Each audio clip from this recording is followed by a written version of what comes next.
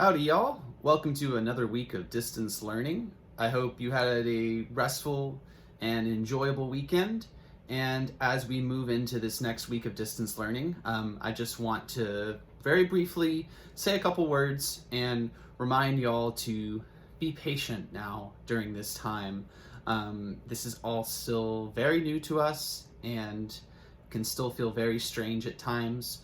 So don't put any unnecessary pressure on yourself to keep up with everything that you're being asked to do. I realize that it is a lot on top of everything else that you might be experiencing now during this time. So be gracious to yourselves and to one another. And the most important thing you can do is contact me or talk to me. You've got office hours, email, blend message, all those options are available. And I really want you to use them and let me know if you're concerned about keeping up with the work. And at the very least, just check in with me and let me know how you're doing and how things are going right now.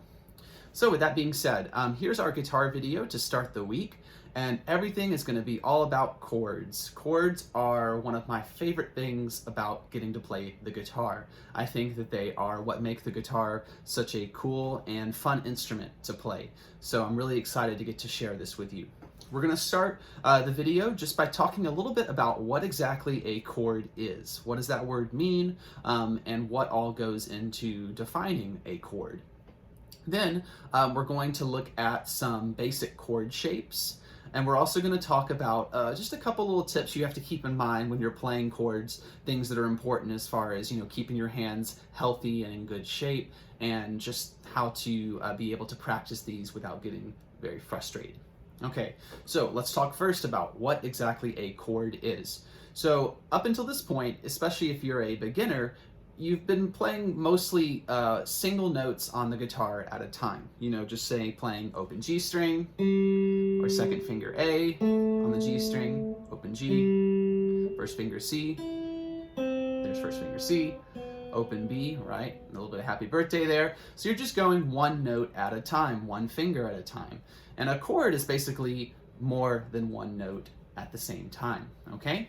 And oftentimes, chords will have both fingered notes as well as open strings. All of the chords that I'm going to teach you today will have some open strings in them. And those open strings are important because they sound good and they help the natural resonance of the guitar continue. So when you're playing, for example, something called a bar chord, where every string is pushed down by a finger, it's up to your fingers to be able to continue that sound for as long as possible, because if I take my fingers away, the sound goes with it. Now, playing a chord with some open strings in it means that sound will continue for longer, even if I accidentally take my fingers off for a little bit. So oftentimes for beginners, chords that have open strings in them will typically sound better, and they're a good place to start. Also, the chords that I'm going to be walking you through today are going to use either 2 or 3 fingers. There are chords that require us to do all 4 fingers, or even 5 fingers for the thumb in there too, but those are more advanced, and we're not going to talk about those for today. Okay, so a chord is multiple notes, at least 2 or more notes played at the same time. Now, every chord also has one note in it in particular that is very important, and that is called the root of the chord, the root. The word root you might be familiar with as it relates to trees. Trees have roots, and what is the job of a tree's roots? Well, it's to get nutrients up from the soil and bring it up into the tree so that the tree can grow. That means that the root is very, very, very important for the life of the tree. And the root in music is very, very, very important for the life of the chord. That root is basically what defines the chord. So if I talk about, for example, an E minor chord, you don't need to worry about what that means. All you need to know is that the letter E in E minor is the root of that chord. Now, right now, I'm playing open E, second finger B, third finger E, and the rest are open strings. So when I say the root is the root of E minor is E, we need to find all of our E's in this chord. Well, I just said 2 of them. We have the open low E string, and we have the open high E string. those are both E's, and they are both the root of the E minor chord. There's also an E on the 2nd fret of the D string. So there's a 3rd E in this chord. So sometimes a chord can actually have the root multiple times in it. And all of those E's are basically the same. They're just in what we call different octaves, which means that this E is low, this E is middle, and this E is high. So we have low, middle, high. But they're all the same note, and they're all the root of this chord. So whenever you're learning chords, it's critical that you identify what the root of the chord is when you learn that chord. The last thing I'll say before we actually move on to learning some of these chord shapes is that every chord has a specific arrangement or shape to it. And what I mean is that the fingers need to go the same way every time as you learn these chords. Now technically there are multiple options for a few of these. For example, G major I can play with 2, 3, and 4, but I could also play it with 1, 2, and 3. So now my 4th finger is free.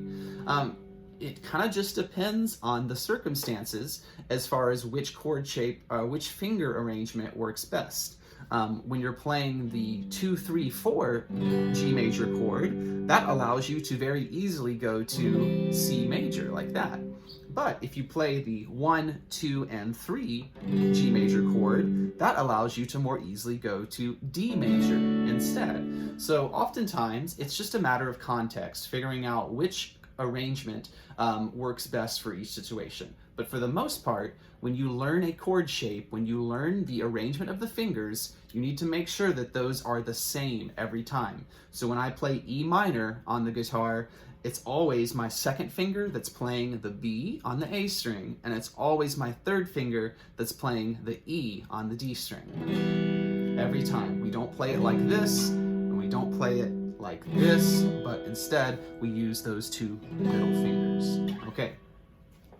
So to review all of that real quick, chords, every chord has a root, and the root is the letter found in the name of the chord. E minor's root is E, C major's root is C, D major's root is D, and so on. Every chord has a specific shape or arrangement of the fingers, and we need to, for the most part, keep those fingers exactly the same every time. And chords will have both a combination of fingered notes as well as open strings. All right, so let's just start with that chord that I've been showing you already, E minor. Some of you hopefully already know this chord. We talked a little bit about E minor in class, and it's the easiest chord to start on because it only uses 2 fingers. Middle and ring, 2nd and 3rd fingers. And those are going to go on the A string and the D string, both inside of the 2nd fret. Everything else is open so that you can get the full chord sound by strumming down like that. E minor. In order to talk about what a minor chord is versus, say, a major chord, those are the 2 main chords we're going to talk about right now, we can use this as an example. So this is our E minor chord, and we're going to listen to that sound.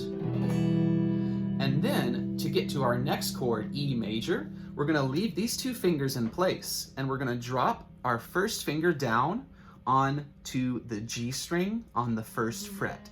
It doesn't really, it kind of has to go inside of the 1st fret. It's basically stuck here. So it's going to just drop down, 1st fret, G string, and it's going to give us this chord instead. This is E major. So I'm going to play these chords back and forth a few times, and I want you to just listen and see if you can start to discern between the major chord and the minor chord. Here is our major chord, E major, and here's our minor chord, E minor. Back to major, back to minor. So typically in music, people will say that the minor chord has a sadder or a darker quality to it, and the major chord has a brighter or a happier quality to it. That doesn't mean that all music in major keys is happy, and that doesn't mean that all music in minor keys is sad. But it does carry a little bit of that color or that character with it. So we can think about E minor being a little bit darker,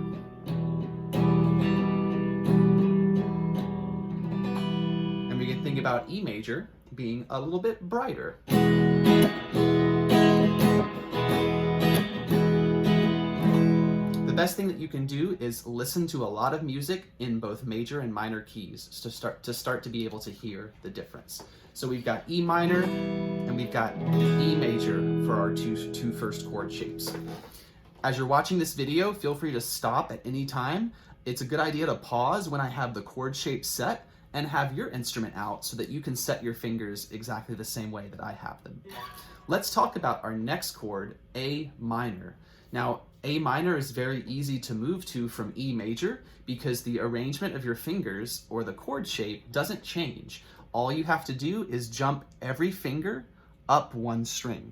So we can walk our fingers one by one. Let's start with the first finger. It's on the G string on the first fret, and it's gonna hop up to the B string on the same fret. Our third finger right here is on the D string, and it's gonna jump up to the G string. Our second finger is on the A string, and it's gonna jump up to the D string. Now that everything is moved, we can play a new chord. A minor. In order to get back to E major, I would walk all of my fingers to the previous string that they were on. Notice how this shape in my hand does not change. A minor, E major, A minor, E major. Okay, now from A minor, let's go ahead and figure out A major. We have our E minor and our E major pair, so let's complete the pair and have A minor and A major. In order to get A major, we're gonna have to take this first finger note and we're gonna need to raise it by a half step from the first fret to the second fret. Now, there's not really a good way to slide that first finger behind your second and third fingers. We don't really want to force our hands into awkward shape. So what we're gonna do instead is take our fourth finger here and drop it down onto the second fret. Now this might feel a little crowded because we're having to fit 3 fingers inside of the same fret. So what you want to do is have an angle or have a diagonal. So notice how my second finger is closest to the headstock of the guitar.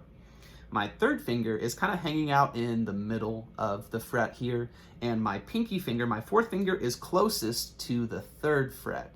So notice how I'm not trying to put them all at the same spot, but instead I'm allowing them to space out evenly and fill up the fret. Because each fret, we have about 1.5 inches of space, and we can make use of that entire space in order to play this chord. So here we have A major, sounds like this. Back to A minor, so I'm gonna lift that fourth finger and I'm gonna play the first finger now again. A minor. Back to A major. Back to A minor. Back to A major.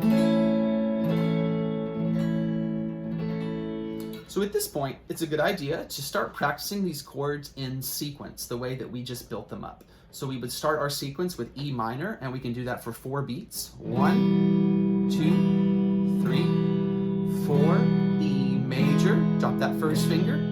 Ready, A minor, everything jumps up 1 string. 3, 4, drop that fourth finger, and there's A major.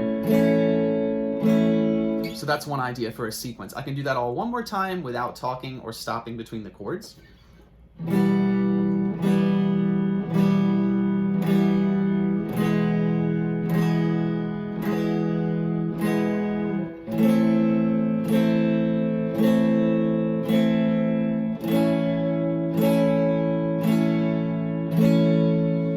So that is a 4-chord sequence: E minor, E major, A minor, and A major. And that has unlocked 2 chord pairs, 2 chords with the root E and 2 chords with the root A.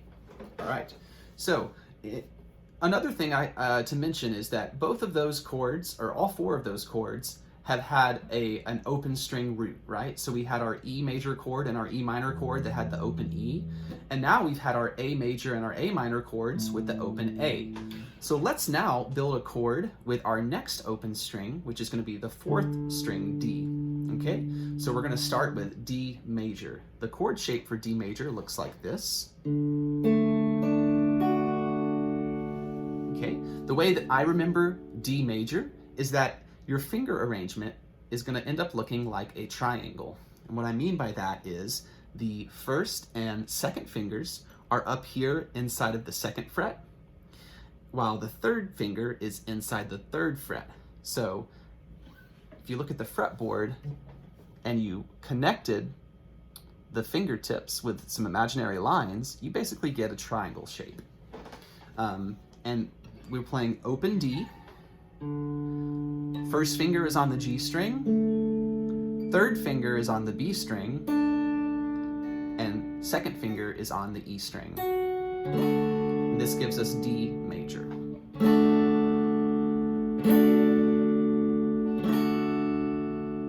Now D major is one of those chords that you can also play with a different set of fingers. So in this case, I'm playing it with 1, 3, and 2. But I could swap it so that I'm playing with 2, 4, and 3 instead. And that gives me the same sound. The reason why I would play with this alternate chord shape is so that I can access the D minor chord. Because in order to get to D minor, we have to make this F sharp on the E string, we have to make that an F natural instead. And notice how in the original chord shape for D, where I'm playing 1, 3, and 2, there's not a good way to get that F natural without giving up one of our other fingers. And we certainly can't bring our pinky finger over. That's not going to work. So we need to have an available finger basically waiting back here over the 1st fret. So if our index finger is occupied back here, we're going to need to rely on the other 3 fingers to play the D major chord shape. And that looks like this. Now the 1st finger is available to play F natural, and the last thing I have to do is pick up my 3rd finger so that I'm no longer playing F sharp, but instead letting the 1st finger play F natural. And that is D minor. So D minor is open D, 2nd finger on the G string, 4th finger on the B string, and 1st finger on the E string, D minor. Back to D major, back to D minor, back to D major, and back to D minor. Okay, so far we've built 6 different chords in 3 pairs. We have the E major, E minor pair, we have the A major, A minor pair, and we have the D major, D minor pair. Each of those chords has a root that is in the open string. So the E major, E minor root is the open E string. The A major, A minor root is the open A string. And the D major, D minor root, sorry about that, is the open D string. The root is the open D string. Okay, so I'm going to include in Blend below this video a chord chart, and that chord chart, will show you the chord shapes, where exactly your fingers need to go to play these. So I hope you found this video to be useful. If you're watching this on YouTube, make sure that you're already liking videos and subscribing to my channel, just to make sure that you get notified anytime I post some new content. If you have any questions, contact me, and thanks for watching.